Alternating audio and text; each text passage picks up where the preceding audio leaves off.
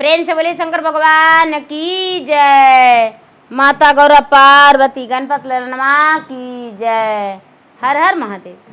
देवादिदेव महादेव जी के चरण में प्रणाम करती हूँ, मेरा प्रणाम स्वीकार हो। माता गौरा पार्वती के चरण में प्रणाम करती हूँ, मेरा प्रणाम स्वीकार हो। गणपति ललनमा के चरण में प्रणाम करती हूँ, मेरा प्रणाम स्वीकार हो। सब गुरु भैया बहना के चरण में प्रणाम करती हूँ, मेरा प्रणाम स्वीकार हो। माता और पिताजी के चरण में प्रणाम करती हूँ, मेरा प्रणाम स्वीकार हो। धरती पर बैठे धरती माता के चरण में प्रणाम करती हूँ, मेरा प्रणाम स्वीकार हो। गुरु भाई बहना, मैं एक कथा सुनाने जा रही हूँ। इस कथा को पूरा सुनिए और रहस्य जानिए। हर हर महादेव। गुरु भाई बहना, एक बारी की बात है, लक्ष्मी और धर्म दोनों आपस में बहस कर रहे हैं। लक्ष्मी कहते हैं कि मैं बड़ा हूं, जिस घर में यदि हम नहीं रहेंगे तो उसके रोटी पानी बंद हो जाएगा। और धर्म कहते हैं कि मैं बड़ा हूं, जिस घर में जिसके पास हम नहीं रहेंगे तो उसको सारा सत्यानाश हो जाएगा। लात जूता खाते उसको दिन बीतेगा, कभी चैन का रोटी नहीं मिलेगा। इस बात को सुन के लक्ष्मी नाराज हो गए। कहते हैं तो ठीक है, चलो इंसाफ किया जाए।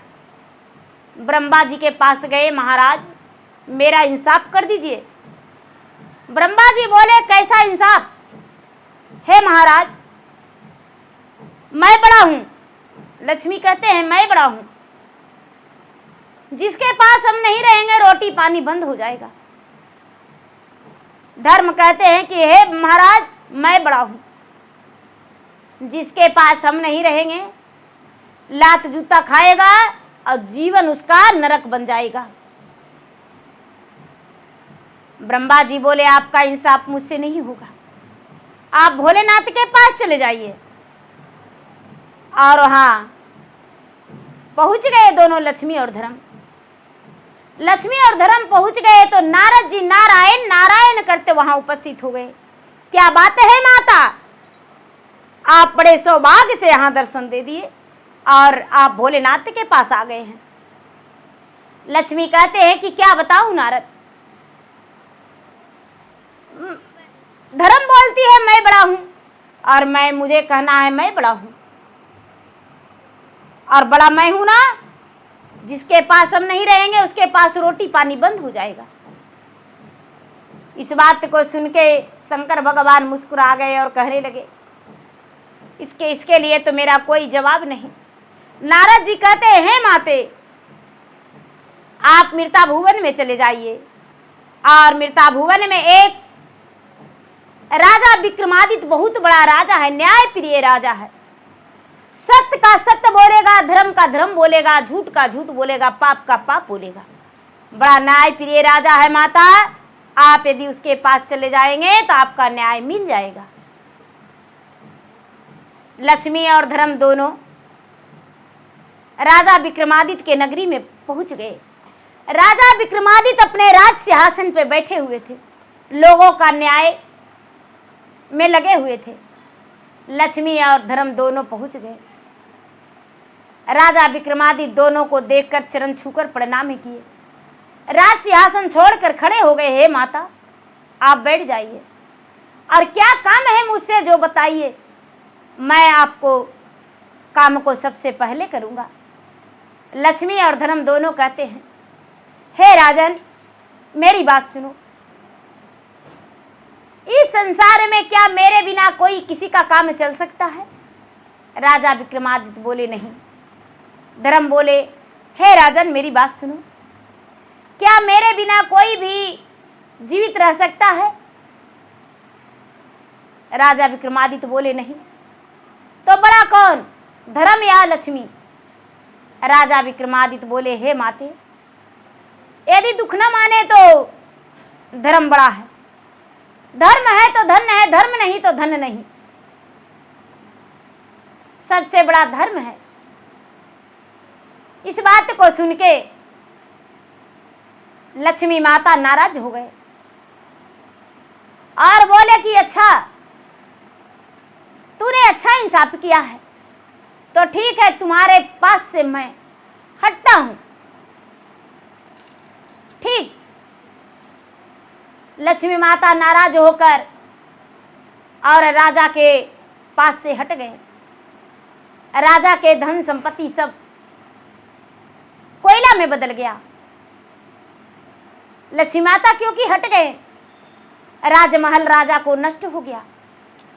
राजा क्या करते हैं गुरु भैया गुरु बहना, कि घोड़े सवार होके हाथ में तलवार लेकर निकल जाते हैं।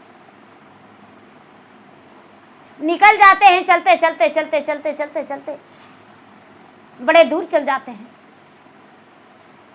बड़े दूर चल जाते हैं तो क्या होता है, अपने बहन के घर जाते हैं। राजा विक्रमादित्य जब बहन के घर जाते हैं तो बहन के कुआं था, कुआं पे पनवारिन पानी भर रही थी। पनवारिन से बोले, हे पन्यावारिन, जाकर मेरे बहन से कहना मैं उसका भाई हूं और वो आएगी मुझे लेने। राजा विक्रमादित्य बोले पनवारिन से, पनवारिन जाके राजमहल में रानी से बोली, हे महारानी, आपका भाई कुएं पे है और आपको बुलावा दिए हैं, आप जाइए उनके पास। रानी बोली, अरे वो क्या पहना हुआ है, क्या लेकर आया है? पनवारिन बोली, हे महारानी, उसका तन पे फटा हुआ वस्त्र है, एक घोड़ा है, हाथ में तलवार है और बाकी कुछ भी नहीं है। एक गुरु भैया गुरु बहना, बहन बोली, ठीक है, मुझे जाकर ले आओ और घोड़े गिरसार में जहां गौशाला है, जहां गैया का रहना सहना है, वहीं उसे ठहरा दो। एक गुरु भाई बहना, राजा विक्रमादित्य को गौशाला में जगह मिल गया। गौशाला में रात बिताने के लिए उन्हें जगह मिला। राजा विक्रमादित्य कहते हैं, ये सब लक्ष्मी माता का खेल है, लक्ष्मी माता ये सब कर रहे हैं, चलो कोई बात नहीं, यही अच्छा है, मेरा जीवन का ये भी एक हिस्सा है। और सच बात है दीदी, दुख हो या सुख जीवन का एक हिस्सा होता है और उससे घबराना नहीं चाहिए, स्वीकार करना चाहिए, आंसू ज्यादा दुख में नहीं गिराना चाहिए। गुरु भैया गुरु बहना, मैं भी बहुत प्रकार के दुख झेली हूं, लेकिन हिम्मत नहीं हारना चाहिए। जिंदगी एक संघर्ष है। क्या होता है, रात्रि हुआ तो उनकी बहन सूखी रोटी बासी रोटी भेज दिए अपने भाई को भोजन में। भाई को कुशल पूर्वक भी नहीं पूछने गए कि भाई तुम कैसे हो। सूखी रोटियां देखकर भाई धरती माता को कहते हैं कि हे धरती माता, तुम फट जाओ, जो हम तुम्हें भोजन देता हूं और जिस दिन खोजेंगे ये भोजन को उस दिन मुझे दे देना। और प्रणाम करके धरती फट गया, रोटी दे दिए, सूखी रोटियां, और प्रणाम करके बोले, हे धरती, जैसे था वैसी जुट जाओ। धरती जुट गया। सवेरा हुआ, बिना बहन के बताए राजा विक्रमादित्य वहां से निकल गए। बहुत सारा मछुआरा मछली मार रहा था, मछली मार रहा था। राजा विक्रमादित्य सोचते हैं कि मछुआरा के साथ मछली मार के और पका के यदि खा लेंगे तो मेरा कुछ राहत मिल जाएगा। मछुआरा के साथ मछली मारने गए, मछली मारने गए और मछली मार के इकट्ठा किए, उसको आग में जला के पका दिए और राजा विक्रमादित्य स्नान करने गए। सारा मछली जीवित होकर तड़ तड़ जल में कूद गया। राजा विक्रमादित्य देखते ही देखते रह गए और कहते हैं, हे लक्ष्मी माता, मुझे पता है ये भी एक हिस्सा है मेरा जिंदगी का जो यादें रहेगा। और हाथ जोड़ के नमन किए और वहां से चल दिए।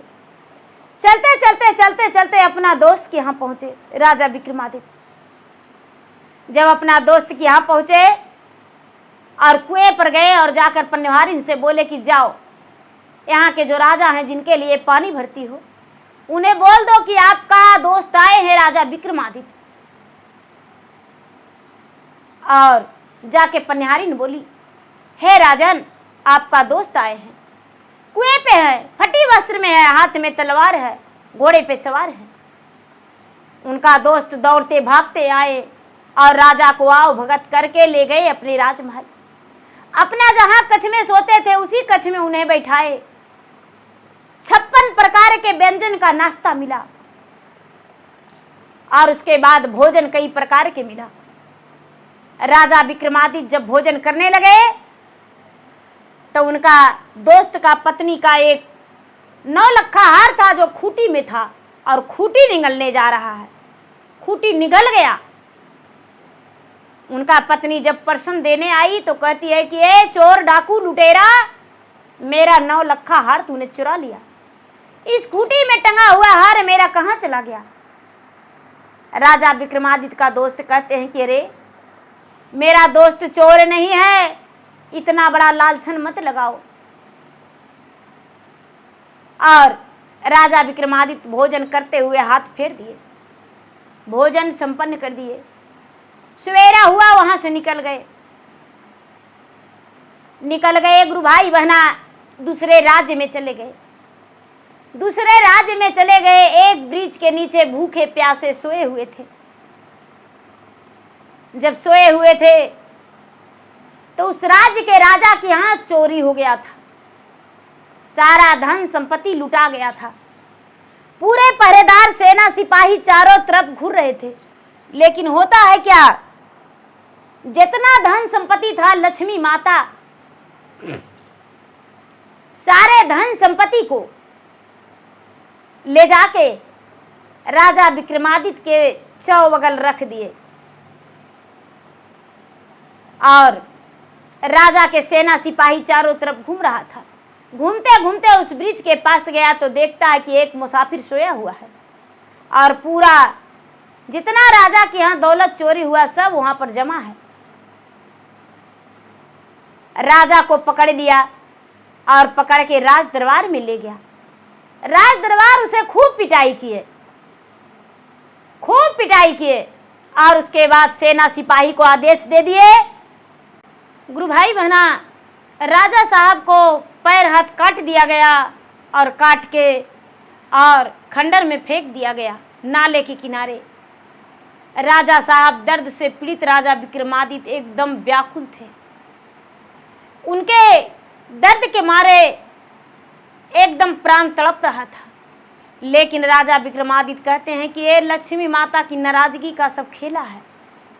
कोई बात नहीं है लक्ष्मी माता, हम कभी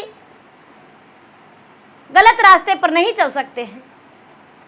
न्याय का न्याय ही कहेंगे और अन्याय का अन्याय ही कहेंगे। आपकी जैसी इच्छा। उसी रास्ते से एक तेली तेल बेचने जा रहे थे, जो अपने घर में तेल निकालते थे केल्हू से, गगरी में भर के तेल बेचने जाते रहे थे।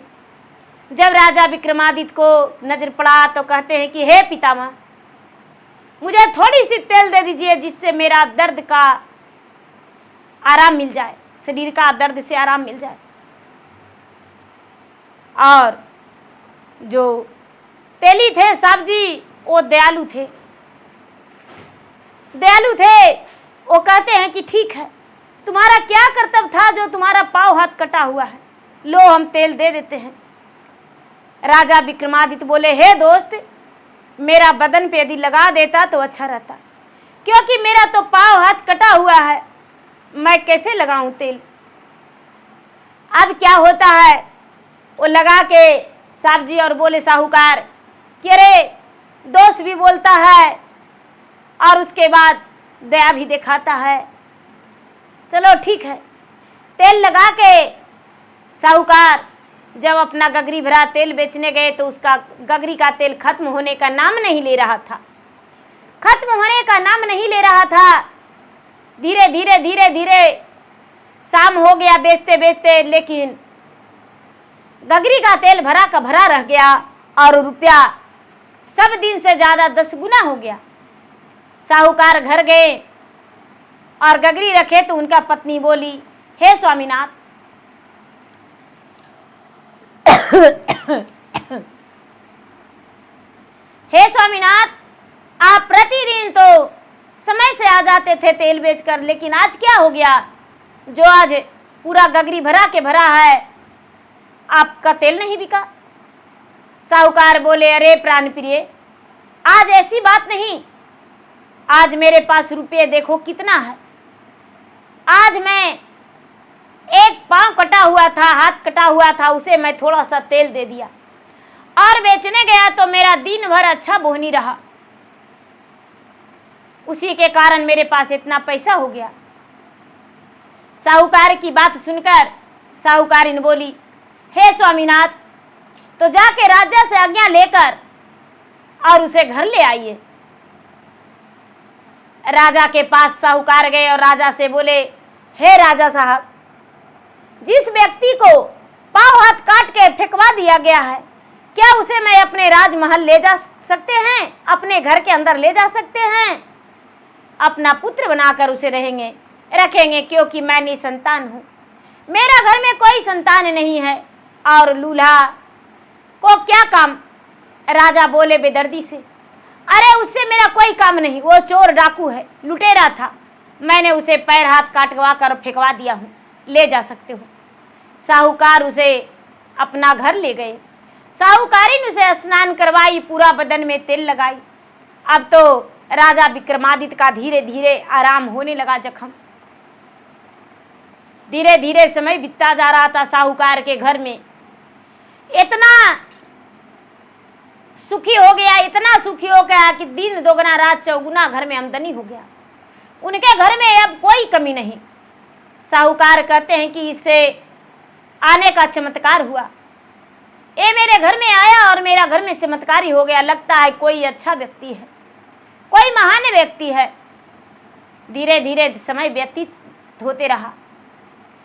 अब राजा जो है, राजा उस नगर में जब गए, साहूकार के घर रहने लगे, तो राजा अपने संगीत स्वर में गाने लगे, जो शाम का समय में अपने आप दीपक जल जाता था और पूरा संगीत बजने लगता था। ये स्वर राजा के, वहां के राजा के बेटी के कान में गूंजा।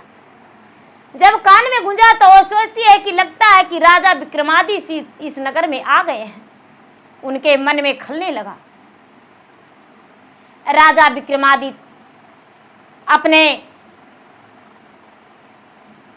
साहूकार के यहाँ बड़े अच्छे से रह रहे थे। उनको कोई कष्ट नहीं था, क्योंकि तेली के घर में कोई भी नहीं सेठ सकता है। जो साहूकार होते हैं उनके घर में कोई अभद्र व्यवहार वाला नहीं सट सकते हैं। लक्ष्मी उसको तबाही न कर रहे थे। बड़े आराम से रह रहे थे राजा विक्रमादित्य। राजा विक्रमादित्य जो थे साहूकार का पुत्र बन के रह रहे थे। क्या होता है, राजा उस नगर के राजा जो थे अपना बेटी का ब्याह के लिए पूरे नगर में ऐलान करा दिए कि मुझे बेटी का ब्याह करना है। पूरे नगर के लोग, राज्य के लोग, राजा महाराजा सब स्वयंवर में आए। राजा स्वयंवर रचा दिए। राजा स्वयंवर रचा दिए। स्वयंवर शुरू हो गया। राजा बोले आके साहूकार से कि मुझे कल 100 घड़े तेल चाहिए। साहूकार थरथराते हुए बोला, महाराज इतना तेल रात भर में कैसे दे पाएंगे, हम 2 पति पत्नी हैं। राजा विक्रमादित्य बोले, हे पिताजी, हे माता श्री, आप चिंता ना करें, आपका 100 घड़े तेल मैं निकाल कर दूंगा, आप राजा से ऑर्डर ले लीजिए। साहूकार कहते हैं कि पुत्र तुम्हें नहीं पैर है नहीं हाथ है, कैसे 100 घड़े तेल निकालोगे? 4 घड़ा तो निकलना मुश्किल हो जाएगा, 100 घड़े कहां से पार लगेगा? राजा विक्रमादित्य बोले, हे पितामह, बस आप ऑर्डर ले लीजिए। राजा की ऑर्डर साहूकार स्वीकार कर लिए और स्वीकार करके रख लिए। रात्रि हुआ तो साहब जी और साहूकार इन दोनों सो गए। राजा विक्रमादित्य केलहू चला के 100 घड़े तेल तैयार कर दिए। सवेरा हुआ, राजा विक्रमादित्य कहते हैं, पिताजी राजा के आदेशानुसार भेजा दीजिए उसे कि अपना तेल ले जाएगा। 100 घड़ा तेल रेडी हो गया। अब तो ये चमत्कारी देखकर साहब जी एकदम भौचक्के रह गए। अरे लगता है कि कोई ये मान्यवर है, बड़े महान है। हे भगवान, मेरे घर में 100 घड़ा तेल कैसे निकल गया? अब क्या होता है गुरु भाई बहना? राजा स्वयंवर रचा दिए और राजा के स्वयंवर में राजा महाराजा आ गए। जो राजकुमारी थी जयमाला लेकर स्वयंवर के बीच खड़ी हो गई। ये हाथ पार कटा हुआ जो है राजा विक्रमादित्य कहते हैं साहूकार से कि हे पिताजी, स्वयंवर के बीच हम भी जाएंगे। साहूकार बोले, पुत्र ना तुम्हें पैर है ना हाथ है, उस स्वयंवर के बीच जाकर क्या करोगे? वहां तो राजा महाराजा रहते हैं। लेकिन हटी जीती करने वाले राजा विक्रमादित्य बोले कि नहीं पिताजी, उस स्वयंवर में हम अवश्य जाएंगे और स्वयंवर में बैठेंगे। क्या किए साहूकार, इनकी बड़े बढ़िया से स्नान करा के और राजा की पोशाक पहना के राजा विक्रमादित्य को टांग के ले जाके स्वयंवर में बैठा दिए। राजा की बेटी राजकुमारी जयमाला लेकर घूम रही थी। राजा महाराजा कितने लाइन में लगे हुए थे और कितने से पूछते हैं, हे राजन, आपका कितना शादियां हैं? आपका कई पत्नी हैं? एक राजा बोले, मेरे तो 360 रानियां हैं। अच्छा, तो 61वां में मुझसे शादी करने के लिए आप यहाँ स्वयंवर में बैठ गए हैं? सुंदर देखकर लगातार बारी बारी राजकुमारी सबसे पूछी। सब अपने अपने बारे में बताए, कोई भी नहीं कुंवारा पाई। अब लूला लंगड़ा जो कटा हुआ पैर वाला था, हाथ वाला, उसके पास राजकुमारी गई और चुपचाप गले में डाल दी जयमाला। सारे लोग कहने लगे कि राजकुमारी पागल हो गई है, राजकुमारी का बुद्धि भ्रष्ट हो गया है, इसलिए इसे सबसे पहले आराम की जरूरत है। वैद्य जी आए, हाथ पांव नस नाड़ी देखे तो कहते हैं कि नहीं, राजकुमारी का तबीयत बिल्कुल ठीक है। राजकुमारी बोली, हे पिताजी, मैं अपना होशो हवास में उस अपाहिज का गले में डाला हूं, मैं विवाह उसी से करूंगा, नहीं तो अपना प्राण त्याग दूंगा। राजा बेबस होकर बोले, ठीक है, हम तुम्हारा विवाह उसी से कर देंगे, चिंता मत करो। और राजा अपने बेटी का विवाह उस अपाहिज व्यक्ति से कर दिए। राजा विक्रमादित्य अपना पत्नी को लेकर साहूकार के घर चले गए। अब साहूकारी नाव भगत उसे खूब करने लगी, बहू और बेटे का मान सम्मान की दर्जा देने लगी। धीरे धीरे कुछ समय बीता। जब कुछ समय बीता तो जो राजकुमारी थी अपना मैके गई और अपना भाभी से बोली कि भाभी, मुझे हिरण का मांस खाने का मन करता है, क्या हिरण का मांस भैया के बोलेगी लाने के लिए? उसका भाभी ताना दिया, रे तुम्हारा अपाहिज पति नहीं लाएगा हिरण का मांस, बड़ा हिरण का मांस खाने वाली हो। नहीं नहीं, हिरण का मांस तुम्हारे पति ला कर देगा, जो हथकट्टा है पैरकट्टा है। इस बात को सुनकर राजकुमारी आंखों में आंसू भरकर और अपना ससुराल आ गई। अपना पति से सारी बात बताई।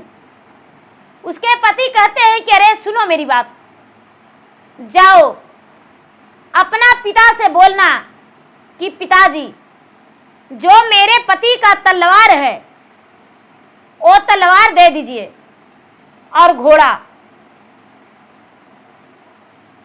और मेरा रुमाल लेकर जाओ, क्योंकि घोड़ा ऐसे आने वाला नहीं, किसी को भी प्राण ले सकता है। रुमाल दिखा देना, तलवार भी आ जाएगा तुम्हारे साथ और घोड़ा भी।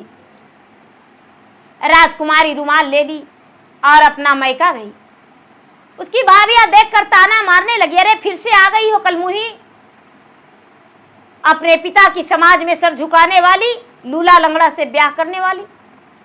अरे तुम्हें हिरण का मांस नहीं मिलेगा।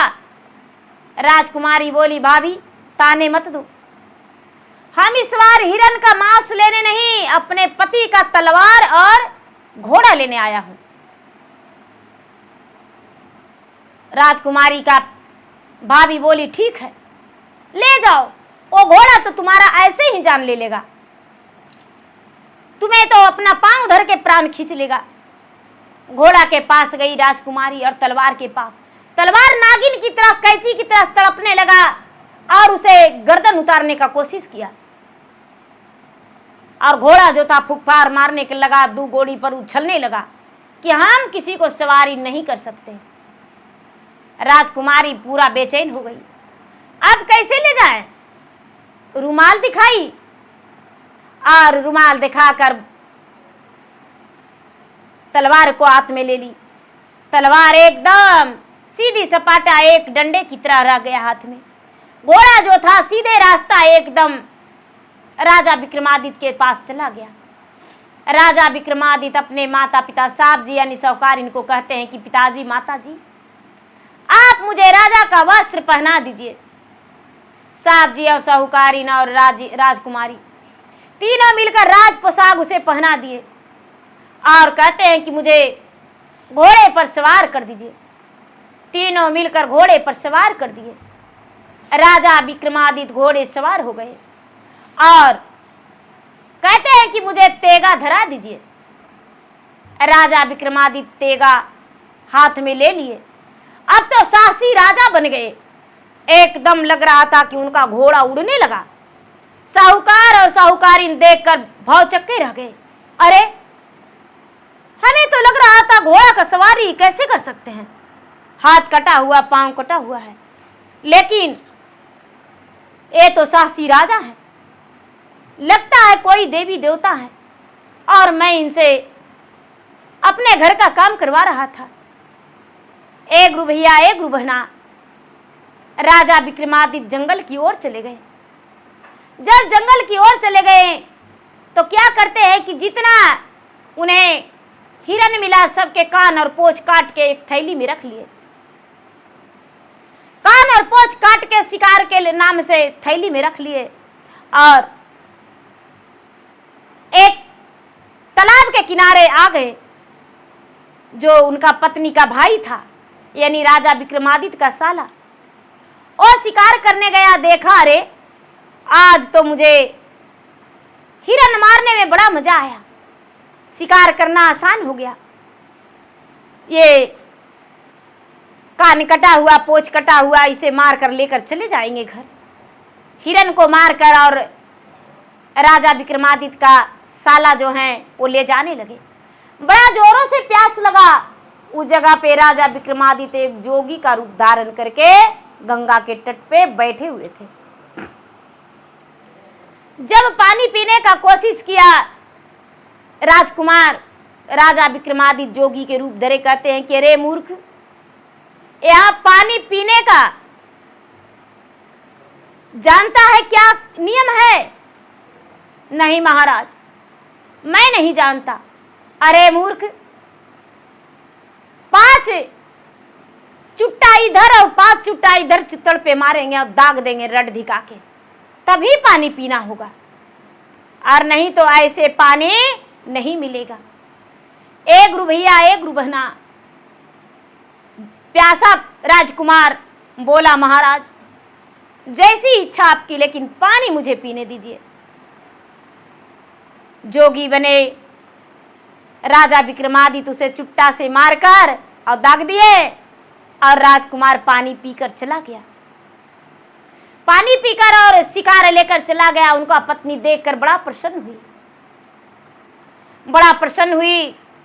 जब राजा विक्रमादित्य अपना घर पहुंचे तो कटा हुआ कान और पोंछ अपने पत्नी को देकर बोले, लो अपना मैका में भौजाई के दे लाओ। ये क्या है स्वामीनाथ, ये क्या है? और साहूकार और साहूकारिन बड़ा भौचक्के रह गए। हाथ जोड़ के कहते हैं कि हे महाराज, आप कौन हैं? मुझे सच बताइए। न जाने मेरे मन में क्या क्या सवाल आ रहा है, वो समझ नहीं पा रहे हैं। आप मुझे सच्चाई बता दीजिए, आप कौन हैं? राजा विक्रमादित्य अपना रूप में, अपना वेश में आ गए, क्योंकि लक्ष्मी माता जो है खुश खुश हो गए थे। 12 बरस बीत चुका था। अपना देश में आ गए, राज वस्त्र, राजाभूषण, राज मुकुट। और राजा विक्रमादित्य बोले साहूकार और साहूकारिन से कि हम राजा विक्रमादित्य हैं, मेरा नाम विक्रमादित्य है। साहूकार साहूकारिन पांव में लपट के कहते हैं मुझे क्षमा कर दीजिए, ना जाने अनजाने में आपको क्या नहीं बोला होगा। राजा विक्रमादित्य कहते हैं समय का दोष था, इसने में आपका कोई दोष नहीं। आप तो मेरा मदद किए, जो हाथ का कटा हुआ, पैर कटा हुआ टांग कर अपना पुत्र बना के रखे। आपसे ज्यादा कोई भी नहीं होगा हिम्मत वाला जो एक अपाहिज को घर में ला के रख ले। आप जैसा दयालु और पराक्रमी कोई व्यक्ति नहीं होगा। आप मेरे लिए माता और पिता हैं। अब रानी लेकर गई राजकुमारी अपने मैके और ले जाकर कटा हुआ कान और पोंछ भौजाई के सामने उछल दी। भौजाई बोलती है कि अरे ये सब क्या है, तूने ये कटा हुआ कान और पोंछ क्यों लाई हो? अरे मेरे पति तो कई हिरन आज मार कर लाए हैं। ये राजकुमारी बोली अच्छा जरा मेरे भैया को मेरे सामने लाओ। तो तुरंत बुला के लाया। अरे आप हिरन ले आए मार के? हाँ। तो उस हिरन का कान और पोंछ कहाँ है? जरा कान और पोंछ मुझे दिखा दो। उसका भाई चुप रहा। और जरा कपड़ा उतार कर दिखाओ तो तुम्हारा बदन में चुट्टे का दाग है या नहीं? अब राजकुमार एकदम सन्नाटा छा गया और बोला कि हाँ, एक जोगी ने मुझे पानी पीने के बदले में 5 चुट्टे दोनों तरफ मारा है धिका धिका के, और तब मैं पानी पी के लेकर आया हूं। पता नहीं किसने हिरन का कान और पोंछ काट लिया था और हिरन छोड़ दिया था, वही हिरन को मैं उठा ले आया हूं। राजकुमारी बोली हे भाभी, जिस पति पे घमंड किया है तूने वो शिकार नहीं किया था, वो मेरे पति का शिकार किया हुआ था, और ये पोंछ और कान मेरा पति ने काट के घर लाए थे। उसका भाभी और भौजाई दोनों हाथ जोड़कर क्षमा मांगे। राजा विक्रमादित्य उस वक्त घोड़े सवार होकर पहुंच गए। राजा देखकर राजा विक्रमादित्य के ससुर, उनकी पत्नी का पिता एकदम भौचक्के रह गए। उनके सांसें फूलने लगा, आग फटा के फटा रह गया और कहने लगे कि अरे आप तो एक राजा महाराजा हैं। कहते हैं हाँ महाराज, मैं राजा महाराजा नहीं हूं, मैं तो एक चोर हूं जो चोरी का इल्जाम लगा के और मुझे आपने पांव हाथ कटवा के और फेंक दिया था। मैं वही राजा हूं, राजा विक्रमादित्य मेरा नाम है। राजा अपने गले से लग के और कहते आप राजा विक्रमादित्य हैं, मुझे क्षमा कर दीजिए, मैं कभी नहीं ऐसा सोचा था। राजा विक्रमादित्य बोले ये सब समय का खेल निराला था, अपना बेटी का विदा कर दीजिए और मैं अपना घर जा रहा हूं। राजा विक्रमादित्य के पत्नी राजा विक्रमादित्य के साथ विदा हो गई। साहब जी और साहूकारिन को दोनों को बहुत बहुत दोनों धन्यवाद किए। राजा विक्रमादित्य और राजा विक्रमादित्य की पत्नी दोनों वहां से चल दिए। चलते चलते चलते चलते चलते चलते अपने बहन के घर गए। जाके कुएं पर पनवारिन से बोले कि जाओ रानी को बोलना कि आपका भाई आया है और आपको बुलाया है। पनवारिन गई और जाकर बोली रानी साहब आपका भाई आए हैं और भौजाई। रानी पूछी अरे मेरा भाई कैसे आया है? अरे आपका भाई बहुत सारा सामान लेकर आ रहे हैं, बड़े बड़े बैलगाड़ी में सामान लदा हुआ है और घोड़े पर सवार है, राजा का वस्त्र है, हाथ में तलवार है। दौड़ती भागती बहन आई और बोली भैया जल्दी से घर चलिए। राजा विक्रमादित्य बहन के घर गए। दरवाजे पर बहन उतरने के लिए ऊंची सी चौकी लगाई, भैया इस पर आ जाइए, घोड़ा को अस्कर वृक्ष में बांध दीजिए। राजा विक्रमादित्य बोले बहन हम यहाँ पर नहीं, मैं गौ गौशाला में जाऊंगा। राजा विक्रमादित्य गौ गौशाला में जाकर और बोले, बहन यहाँ पर मेरा जगह है। बहन बोली, भैया ऐसा क्यों? राजा विक्रमादित्य कहते हैं, हे धरती माता, मैं आपको नमन करती हूँ और जो मैंने आपको दिया हूं वो मुझे दे दीजिए। धरती फट गया, सूखी रोटियां भाई बहन को आगे फेंक कर और वहां से अपना पत्नी को हाथ धर के चल दिए। अपने दोस्त के यहाँ गए, दोस्त अपना खूब आओ भगत किया। जब खाने पर राजा विक्रमादित्य बैठे तो देखते हैं कि खूंटी से हार निकला जा रहा है। जब राजा विक्रमादित्य का दोस्त को खूंटी पे नजर पड़ा तो हार निकलते देखकर अपना पत्नी को बोले, अरे तूने मेरा दोस्त को इतना बड़ा क्लेम लगाई थी, देखो मैं बोला था मेरा दोस्त एकदम बेकसूर है और तूने भला बुरा कितना सुना दिया मेरे दोस्त को। हे दोस्त, मैं आपसे क्षमा मांगता हूँ।